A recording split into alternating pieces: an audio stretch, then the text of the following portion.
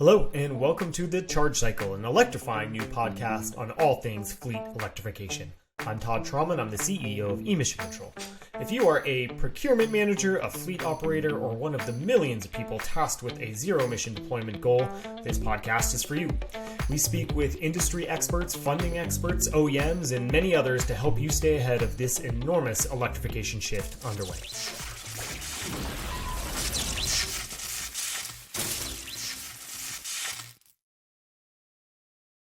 Hello, and welcome back to another episode of The Charge Cycle, an electrifying new podcast on all things fleet electrification. I'm Todd Trauman, and your host. I'm excited to bring back Connor Whaley, the OEM and Strategic Partnerships Manager at Emission Control, as a co-host today. Hey, Connor. Hello, glad to be here again. We both are quite excited to bring on Kevin Berkemeyer. He's the co-founder and CEO of Station A. Station A is a clean energy and analysis platform and marketplace that reports on the renewable energy options available at any commercial building using nothing but an address. They provide a competitive marketplace and a team of advisors to make it easy to collect competitive bids for any commercial project. Kevin, welcome to the Charge Cycle. Hey guys, thanks for having me. Good to be here.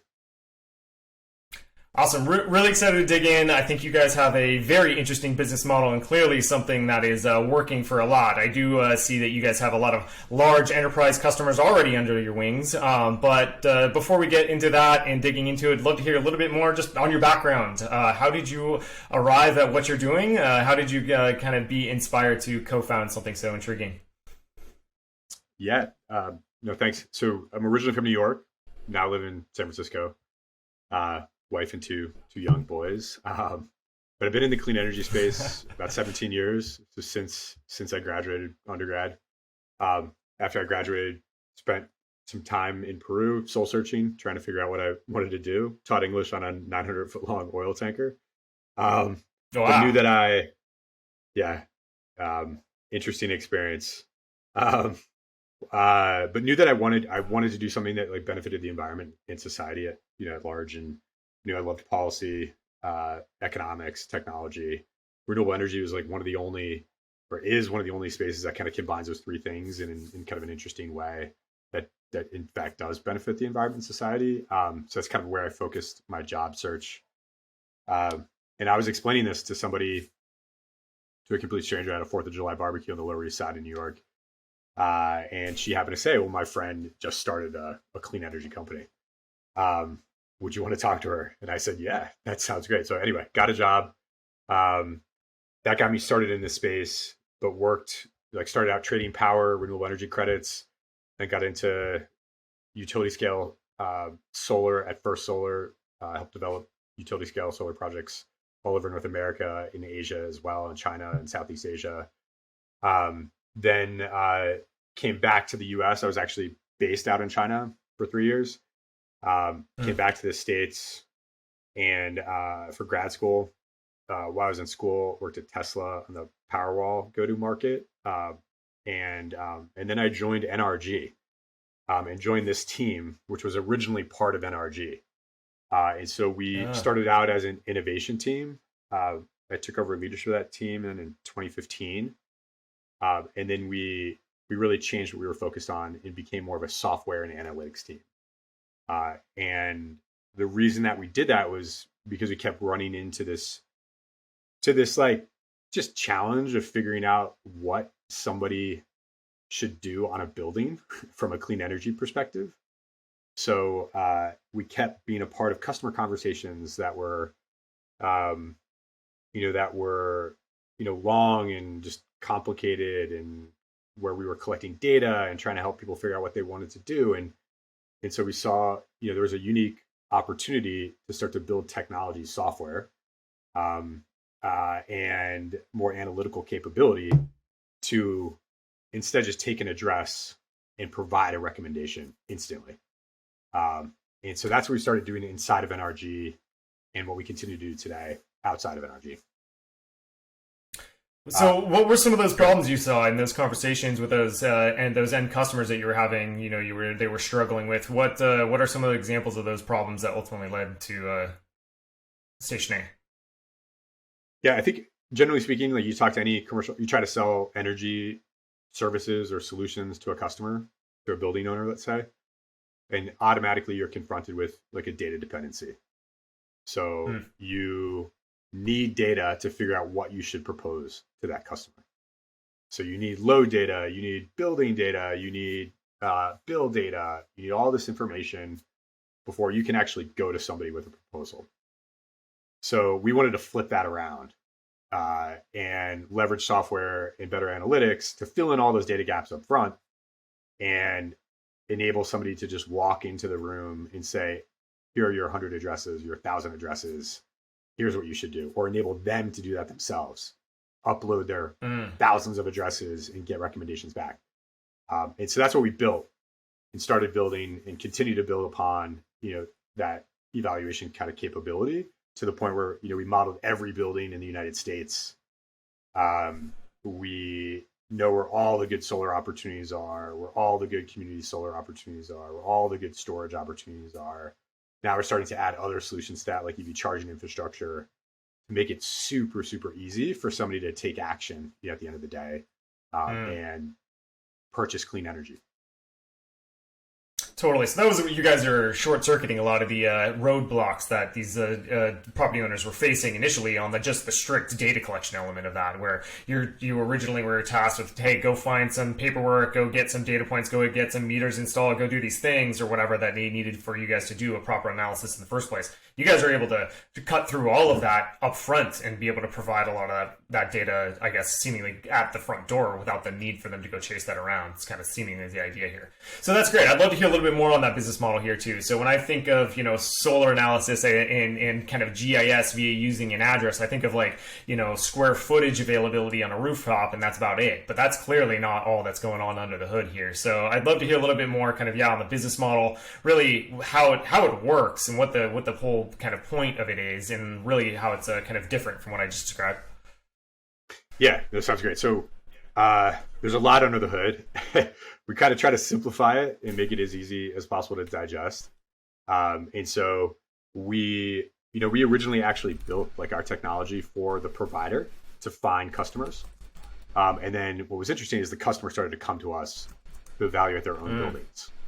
And then that evolved to then the customer asking us, so the customer being the building owner, or operator, if we could refer them to somebody who could do their projects. And so at that point we counted, and this was about 24 months ago, 2 years ago, and we countered with, yeah, we can, but we could also collect a little bit more data about your buildings and then market your project to those providers, collect bids, competitive bids, and then present those back to you on an apples to apples basis so you could compare, and find the best provider, essentially. And so the resounding response to that has been yes, that sounds great. And so about 18 months ago, we launched then a marketplace for projects on top of that evaluation capability. So it's somebody comes to us, a buyer of clean energy comes to us, they come to us to evaluate their buildings and then now to transact as well. So to make the transaction as easy as possible. And really, at the end of the day, what we've seen from all the projects we have about 25 megawatts that's been in the marketplace or is closed. That we've cut the time in half to final contract. So taking a process that's typically, anywhere from 10 to 11 months, down to 4 or 5 months. So cut the time in half for your customers. So if they were trying to do this and procure these resources themselves, that's a year-long project. But using you guys, you just know the system and know the data points needed, and can really get a project installed in less than half a year. Well, not installed, but to the point where somebody or to contracted. Yeah, exactly. Yeah, exactly. And there's a lot more efficiency that we can eke out of that. But it's really, really what we're doing is, we're taking technology to streamline that evaluation, make that really easy, and then also, automating a lot of the a highly manual, fragmented process, just structuring it, making it more streamlined. So it's just easier to actually take action to do something on a building. And I think that's one of the most interesting things about this entire model that you guys are setting up, is that you're taking the heavy lift out of the equation for a lot of these companies that may or may not know how to even get started. Because, when we're talking to a lot of fleets and just companies that don't even have electric vehicles or solar or even aspirations to even start thinking about that, the second they start thinking about how do we start getting solar onto our roofs, or how do we start getting EV infrastructure installed, they go, we don't even know really where to start. We don't know how to get the lowest bid. Are we even asking the right questions and everything? And that being able to remove all of those inefficiencies in that entire system of trying to figure out how do we not replicate work? How do we find these people who can actually bid on our project, kind of take all of that out and just make it as simple as, talk to us, put in your address, and that's all you need to do in order to get the process started. And getting over that hump of how do we actually get that first step going is really, really interesting for a lot of those fleets and a lot of those companies that don't even know where to start. Yeah, exactly. I mean, it's like that first barrier is like, all right, where do I start? And the second barrier, if you get over that first one, is then like, who should I work with? Right. And then if you get over that one, then it's, how do I do this again? And how do I do it across like multiple markets, and do this at scale? So it's like every single customer that we have has received a solar proposal at some point in their life. And they come to us and they're like, look, we got all these proposals. We just don't know how to compare these options. Or we have a bunch of addresses. We just like don't know what to do with these. So yeah, what you're saying, Connor, totally resonates with our experience as well. Yeah. And a lot of the conversations, again, are also talking about, so now they're trying to understand kind of the landscape of what does a solar installation mean to my company right now? Specifically, how much is it going to cost? How much electricity is it actually going to produce? How much carbon is it actually going to reduce from our kind of total operational emissions? They're trying to understand not only how do we get started, but also what does the market actually look like right now? What is the state of solar today versus 5 years ago? Can you talk a little bit about how do you think the solar market is right now for a company that's just found out they really want to do solar and are looking to get started? What does the market look like for them? Yeah, I mean, it's only going up. It's only going in one direction. I think to your point, though, it's super hard to kind of navigate the market. You have like electricity bills and tariffs that you kind of need to understand. You have policies and incentives at the local level that you need to understand. You have like just basic building stuff that you need to understand. Like, do I have obstruction? What can I actually accommodate on my roof? And so we take all of that into account when we produce like a clean energy grade to tell somebody, like, hey, this building's an A+ or it's a B. Project is a no-brainer. Let's kind of like stop having the academic conversation and now let's go to the market and collect real options and then have like a real conversation about those options. But the market, go ahead. I was just gonna say too, to build on Connor's point, it feels like there's more of a sense of urgency too. A lot of the corporates are looking for clean energy projects to be implemented right away because they have some sustainability initiative or ESG or net zero commitment, out the gates that they have to start meeting right now. And so, being able to streamline as much of that as early as possible is really important. Yeah, totally. If you're a business, you need to make like the best business decision, right? So you have an ESG goal. One of the first things that you should do is evaluate your building, for on-site generation, like solar, for example, because that is a good business decision, in a lot of markets. It saves you money. It's like a hedge on your electricity price risk. Right. And so a lot of people just don't know that. Yeah. So, I mean, thinking about the term clean energy too, I mean, that's becoming more of a broad brush term for things even outside of solar. You mentioned before about EV deployments kind of being integrated into some of the requests you're getting from customers and now into the platform itself. But speak a little to that, like what's in the system now, what's on the product horizon for what is included in these overall kind of clean energy scopes of work that, people are looking for. Yeah. So we started out with solar and storage. And providing grades, for solar, for on-site solar and storage. We've now expanded into community solar subscriptions, so showing like what a community solar subscription potentially could look like, for a given building in a market where it's relevant, like Illinois, for example. Okay. So, on-site solar doesn't make sense for everybody. So we want to show them, what could also help them achieve their goals and save them money. And then we also started adding EV charging infrastructure. So our first step into that is modeling. It's like how many level 2 chargers could you install in a given building without requiring electrical upgrade. And so that's like our first step. We do that for every building in California, for example. Wow. And those are like some of the things that we've started to incorporate. Can you just peel the onion a little bit on that? How does that work, just ping fold from an address? So you're able to, like, what data are you using to help kind of evaluate whether EV deployments will work? Yeah, so it's a ton of stuff. But, I think at the core, like what we focus on is understanding the demand. So like understanding all the attributes, both physical and electrical of the building that would inform like a system size. Right. For solar, that would inform, size of, subscription. For community solar, the size of an energy storage project. And that would also inform like number of EV chargers. So we, start with like a building footprint. We have 3D models for every building. So over 1 million buildings, we identify, like we use local county assessor and parcel records to identify who owns the building, what's going on in that building. We then predict the electricity consumption. We predict what tariff we think they're on. So what do we think their bill looks like? We count for those local incentives. And anyway, all that stuff rolls up, then synthesized as a grade.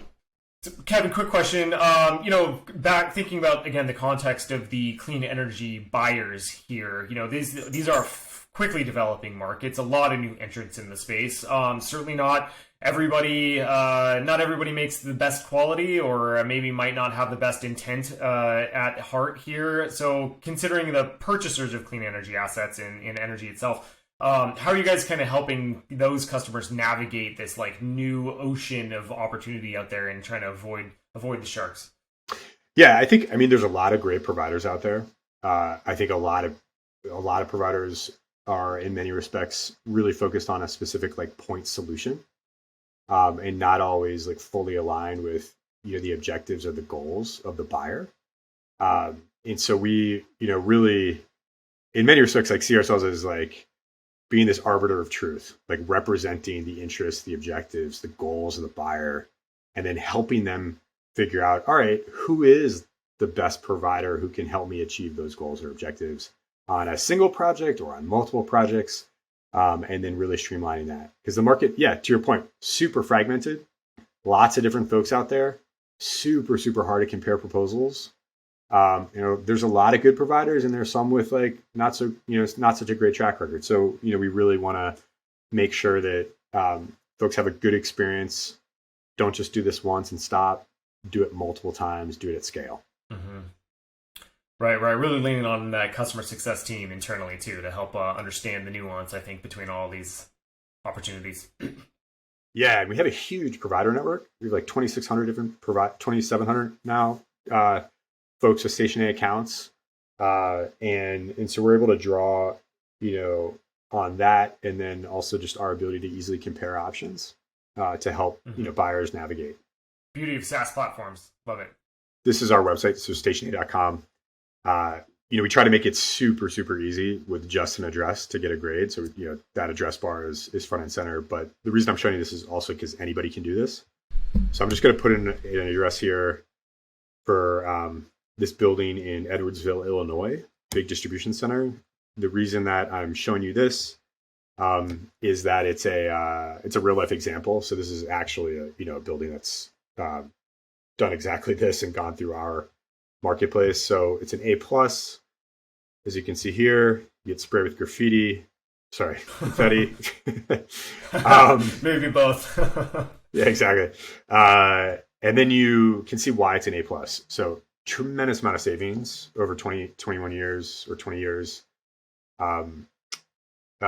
If you go kind of the no money down PPA option, again, tremendous amount of savings if you go down the all cash path with a nice NPV and payback period. But what's interesting, this building happens to also be in a community solar market in Illinois. And so could also save, about $1.5 million over 10 years by purchasing just a community solar subscription. Wow. So Could you actually explain what that community solar means? That may not be a term that a lot of people have heard before.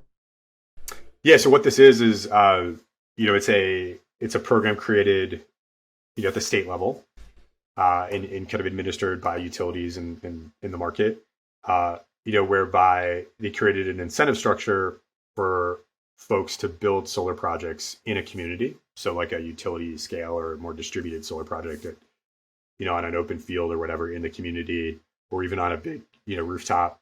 And that generation can then be subscribed to.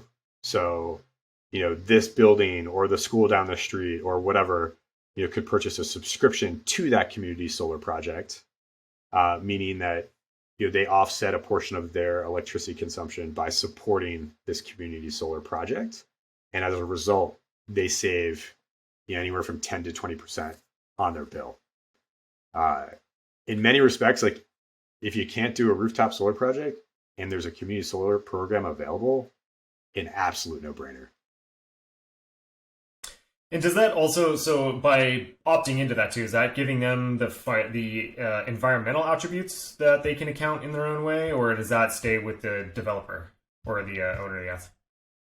Yeah, so the environmental attributes do. A lot of community solar like subscription providers, if somebody wants to retain those environmental assets or attributes, then they would also purchase replacement RECs like along with the subscription. Right. And you're still saving money, at the end of the day. Yeah, very interesting. Cool. So this is a really cool platform. So this building operator or owner is going to the website, throwing an address, and they're really kind of able to that fast choose from 3 different project options as it relates to their clean energy acquisition right there. And so from there, they would be able to continue on from the process and say this community solar element looks great, or like what's the next step here? Exactly. So they actually hit like, now I'm just showing you San Jose to give you the EV charging view as well. So yeah, I mean, you can see all the buildings, that we've, graded. Literally, every building over 10,000 square feet in the United States. And if I click on it's almost like you just mapped the surface of the earth to be able to go and do this for almost every single state, every single, building and address and everything. You kind of built your own map of the country, but in just a much different perspective. Exactly. Yeah, it's kind of like in many respects, like a clean energy map, the built environment of buildings in the U.S. We've started to expand into parts of Canada too. Ambitions to expand internationally as well. The reason I'm just clicking on this building is just to show you that EV charging option. So, again, this is just our first step into this. We know there are a lot of like fleet, applications, and I think we'll start to show like some of the economics around that. But at least in this case, based on what we know about the demand on the building and then the typical electricity service associated with that demand, we're estimating, all right, how many level 2 charging stations could you install without requiring an upgrade, which is kind of the big trigger, of additional cost. And in this case, 13 stations. Wow. That's almost a game that is a complete game changer for a lot of the fleets right now, because especially on the West Coast, utility is one of the biggest bottlenecks for being able to deploy any sizable, EV fleet. Especially if you're looking at class 3 through class 8, the amount of power that you need to many of these sites is going to be the biggest bottleneck for potentially up to 12 months, 18 months, even longer than that in some cases. So being able to understand, okay, how big should my pilot be? Or if they're looking, okay, if I'm going to install solar and I want to start getting my fleet electrified, this is really kind of the best place to start, because you can see, okay, I can have 13 stations without having to incur any sort of lead time deficit from, talking to the utility. What does that pilot look like to me? I can get 13 stations.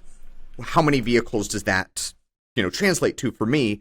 And then they can kind of go from there. That's a really great way to start, not just on the solar side, but on the EV, the EV infrastructure side. Yeah. Connor, you should apply to our BD and sales roles.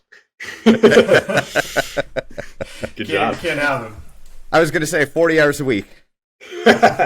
Done. Make it 39.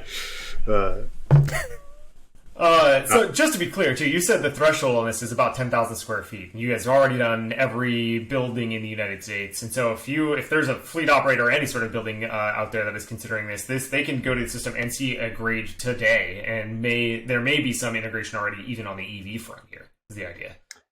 Totally. And then just to back up as well, a lot of the people that we work with have portfolios of buildings. Mm-hmm. And so if I click that have a portfolio button, you can request like a free portfolio report, which is effectively a portfolio report card. And as you can see, it's loading here. But this is kind of what it looks like, or what it will look like very shortly. We're about to release this. But anyway, you can still request this and you get back a spreadsheet output that is that same report card, with your options, but just at scale. So if you hit this request, you just upload addresses and then we, follow up with that, that portfolio report. And so that's like a really compelling way for like somebody with 100 buildings, thousands of buildings. In fact, we just got a list of 13,721 schools. And those schools are really interested in purchasing clean energy and they don't know where to start. And so this enables them to basically go from 13,000 to like, what are my no-brainer opportunities in like a matter of seconds. Right. Well, talk about too the provider side of this. I mean, there's not just a lot of benefits for the building asset owners and clean energy purchasers, but the providers have got to be, chomping at the bit to get access to this particular thing because they, a lot of headaches for them on scoping and not just outreach and marketing for themselves, but just the kind of technical elements of a lot of this are already figured out. Yeah, we kind of look at it. We kind of have three different customers, right? So like one is the buyer, which is the building owner and occupant and or occupant. The second is the provider. So the folks who bid on our projects and then derive value from like the insight that we provide, now on our projects, as well as, this data that I just showed you. And then the third are channels. So folks who, we work with to help, them understand what their customers could do or help their customers understand what they could do and then, help them transact through our marketplace. But on the provider side specifically, providers in many respects, origination is challenging. It's hard to find good projects. And then it's also hard to like differentiate in the market. It's hard to differentiate when you throw like a 50-page PDF proposal over the wall and somebody's comparing two of those or three of those. So we try to, one, make it really easy for them to get like good quality qualified projects. And then two, help them differentiate themselves. We know it's not just about price, but help them express like their track record, their safety, information, documentation, all the things that like make a provider different and better than another. So I just kind of on that process too. Does your platform help create the RFPs, or it kind of guides them through what should be included, or there's a minimum threshold of information? Kind of what's happening in the RFP creation element there that ultimate purchasers are looking to review? Well, you can see here, this is our like provider dashboard. And so I'm just going to go to marketplace. So here you can see like different projects that are currently live, and past as well. But I'll just go back to that one warehouse that I had originally started with. And so here's that Edwardsville, Illinois, warehouse that's loading here. But so this is the project page for this in the marketplace. These disclosures are like all the critical data you need to provide like a firm fixed price. So it's like pictures and information associated with the electrical infrastructure as well as the structural. And then it's a digital RFP process, standard process. We do have like a template for like different types of projects.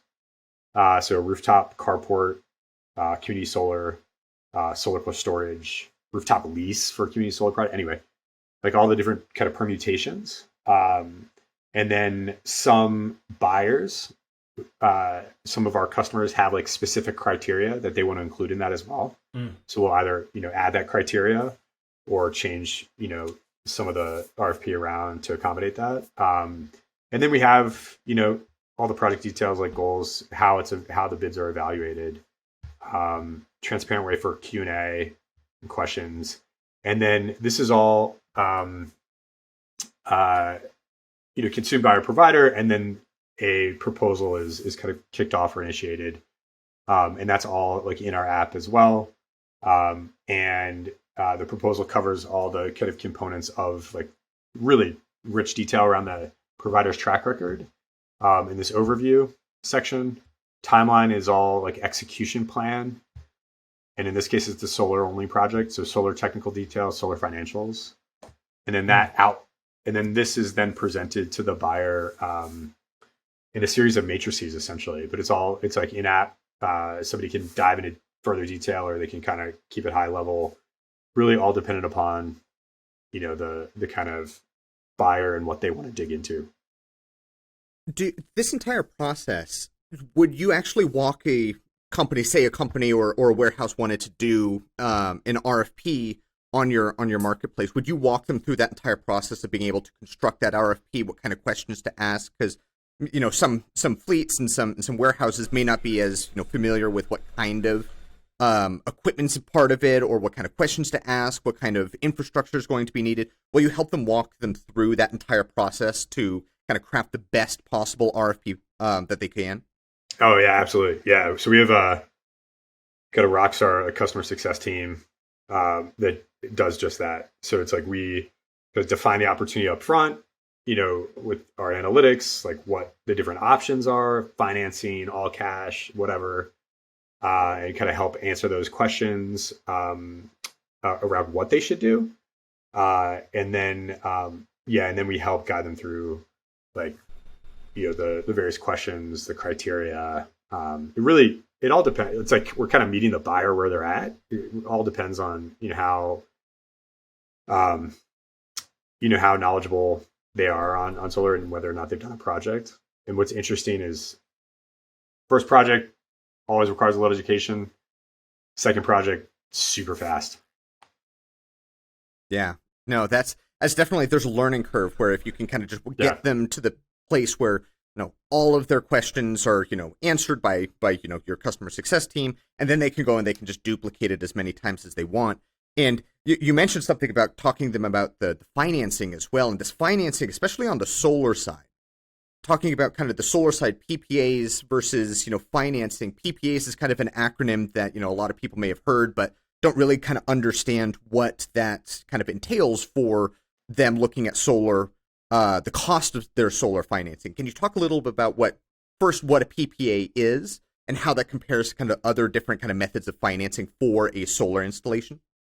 Yeah, sure. So much like any purchase, right? You can either pay for it all up front or you can finance it over a period of time.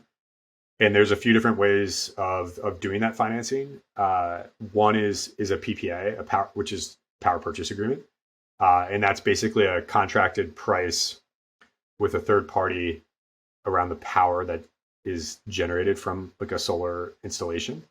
So instead of, paying like a certain rate, $1 per kilowatt hour rate, to the utility or to the electricity provider, you're paying a certain $1 per kilowatt hour rate that is lower than, that utility or like grid electricity price.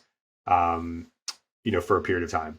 So, if your bill today is 12 cents a kilowatt hour, maybe that PPA is like 9 cents a kilowatt hour, and you're saving 3 cents a kilowatt hour, which, could lead to hundreds of thousands or millions of dollars of savings, over the course. I was going to say that can be significant. Yeah. 3 cents a kilowatt hour doesn't sound like a lot, but over time, especially at scale, that could be, hugely advantageous over the like 5, 10, 15 years. Yeah, absolutely. And then the other option is a loan. And I think like what we're seeing in residential is more and more loans. So, banks providing a loan for that CapEx. I think the IRA bill, the Inflation Reduction Act, is starting to like enable more of that. I think we're going to see more of that in C&I and commercial solar, for example, because the tax credits can be transferred if you can't consume them directly. And so, yeah, it lowers the barrier to entry, I think, for a lot of customers around financing. So that'll be an interesting development. Yeah, I kind of want to riff on that a little bit too. So I'm just kind of taking this one meta level higher here. There are elements related to the IRA. Really curious on seeing how that really influences your guys' business model and what you see coming down the pike. But also there are larger discussions happening around ESG as an example, or real estate development companies are really kind of getting their foot in the door because they themselves are now having to prepare in advance as opposed to retrofit facilities for solar or storage or EVs across the board. So kind of maybe just like take a minute to talk about the larger state of affairs as it relates to kind of these more larger governmental influenced or ESG influenced elements related to kind of where you guys are and where you're headed. Yeah, I think there's like 3 huge sea changes in this space. I think we're at, or maybe a little bit past, an inflection point where we've, you asked the question like, why now? So I'd say like in the past that why now question has always been, because the solar costs have come down 80%, or the storage costs have come down 80%, or right. Whatever, right? Those are things would that have are been a good answer like a year ago. Yeah, all still true.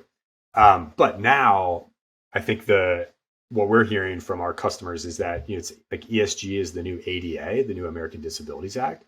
And so what that means is that ESG is seen as a compliance issue. And you're starting to see local policies that are pushing people not just to measure and report their emissions, but also to take action, like Local Law 97 in New York City, the SEC proposal to have publicly traded companies reporting their emissions. So that is a new element to this. So it's not just that people should do it, it's going to a space where they have to. And I would argue that they also should do it and embrace that because there's a lot of economic value available.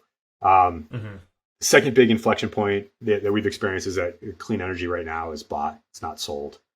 So nobody comes to us looking to be sold on the value prop of solar or storage or EV charging infrastructure or community solar. They already know that there's value, and they just want to figure out where it exists and how to then transact more easily. And then the third is the IRA. The IRA is a sea change. And I was just reading, so they estimated it's a little bit south of 400 billion in total like investment and support through tax credits and all these other things. Credit Suisse just did like an interesting study on the like real effect of the IRA bill on the space. And they see like a multiplier effect, which I would agree with, where the true size of investment is closer to like 1.7 trillion. Right. So huge tailwinds and support and over like a long-term period that I think will really blow up this market. Yeah, I mean, it seems to be coming at all angles. I mean, there's the non-regulatory element on the ESG side pushing things forward, but there are literal regulatory policies in place too. I think of things like the WARES program in South Coast AQMD out here in California, where there is policies where people can literally benefit in the compliance side by deploying more solar assets or battery assets or EV assets, and need to be compliant with it today. Pretty amazing. Yeah, how do you? I guess how aware do you think folks are, around some of those benefits? They're really, I think, really still trying to evaluate it. I mean, these are newer compliance programs. They're difficult to understand, and figuring out how they can comply or which kinds of technologies make the most sense in helping them with their own compliance. And this one's a good example. It's a point accrual thing, right? And so you have to do you have to earn a certain amount of points to offset your certain amount of truck trips or whatever. And so figuring out whether you should do more solar deployment or more EV acquisition or more charger installations or whatever is a difficult thing to say. And I'm not sure there's a right answer for anybody, but I think taking the first step is really the hardest part in the analysis itself, and trying to figure out how to do that other than just Googling stuff is always a tricky bit. It really is. That first step that people have to take is always, it's always going to be the hardest because it's completely novel to them.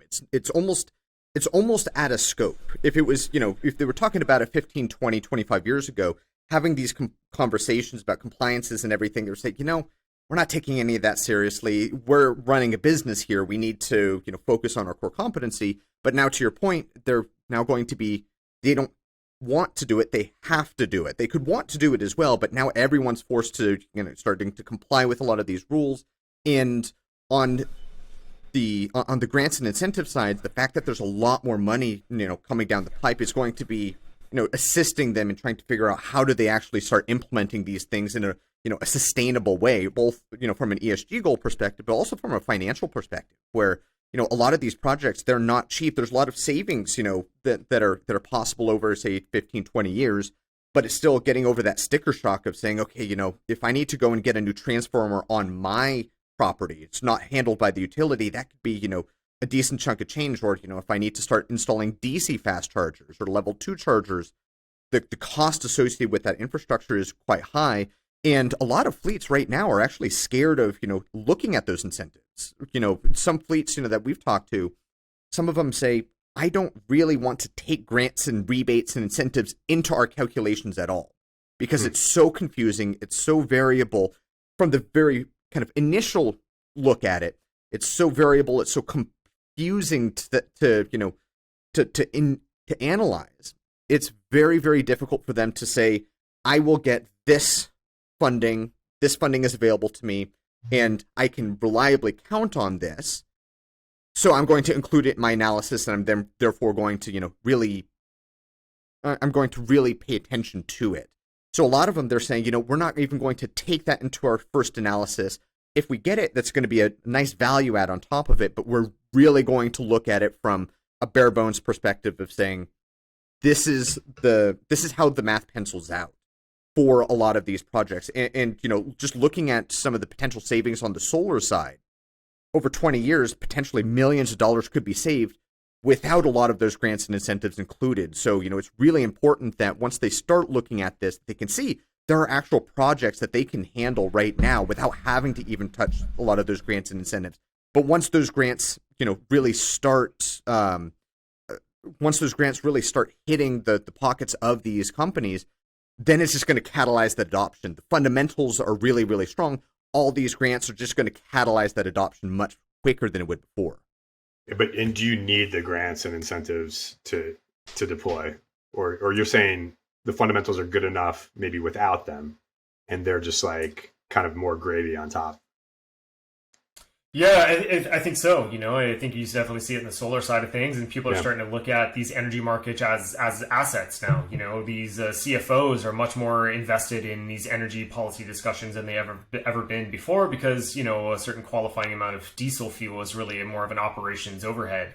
And, the ability to integrate all new manner of financial instruments and energy markets and all things are all coming to fruition across the entire facility itself, and storage or solar or EV infrastructure. And then on top of that, how to manage what you have going on with the other incentives or grant opportunities or whatever else is it can be icing on the cake. But I think the beauty of these kinds of business models and software platforms like this is that it shouldn't necessarily be icing on the cake. It should be a catalyst for continued and faster adoption across the board, right? And so just making sure we can account for it in that way, I think, is a very exciting opportunity.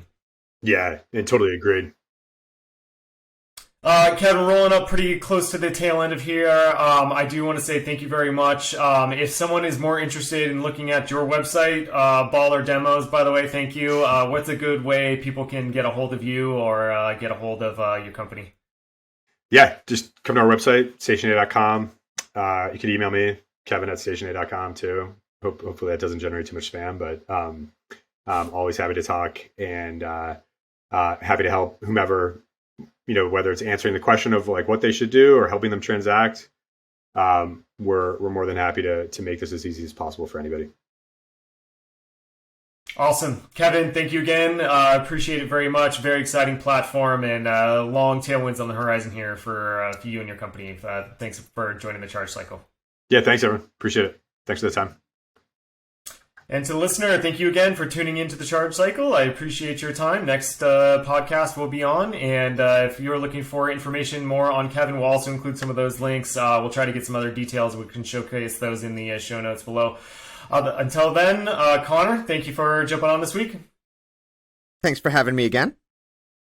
And until next time, get out there and get plugged in.